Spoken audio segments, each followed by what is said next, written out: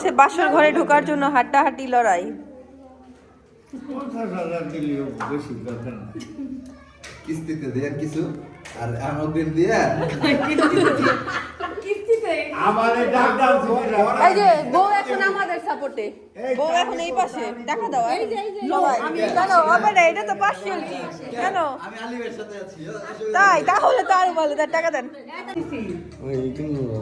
আল্লাহ চলেন চলেন ভাই, চলেন বের হন তার ভাই।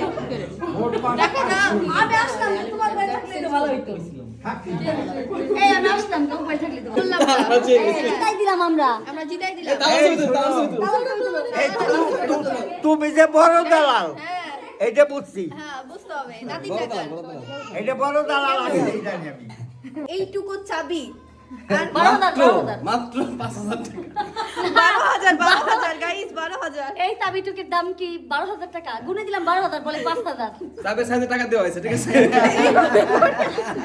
আমি টাকার সংখ্যাটা দেখাই তাই আচ্ছা আপনারা এর চেয়ে বড় একটা তালা যদি মারতেন মনে হয় টাকার অঙ্ক আরো বড় হইতো আপু অর্ডার দিছি, তালা অর্ডার দিছি, আসতেছে। তাবি দেয়া শেষ এবার আমি হ্যালো গাইস, আমরা খুবই হ্যাপি, আমরা সবাই খুশি, ঠিক আছে? থ্যাংক ইউ আমরা খুশি যদি আর 5,000 দেয় তাহলে আমি খুশি। না আপাতত এই পর্যন্তই খুশি। অবশেষে 5,000 টাকা দিয়ে এই বাসর ঘর পেলাম। দেখুন, এই হচ্ছে 5,000 টাকার বাসর ঘর। এই পেলেন নাকি 2,000 টাকার কিছু বলো 200-300 আল্লাহ আচ্ছা আমি এত বোকা 200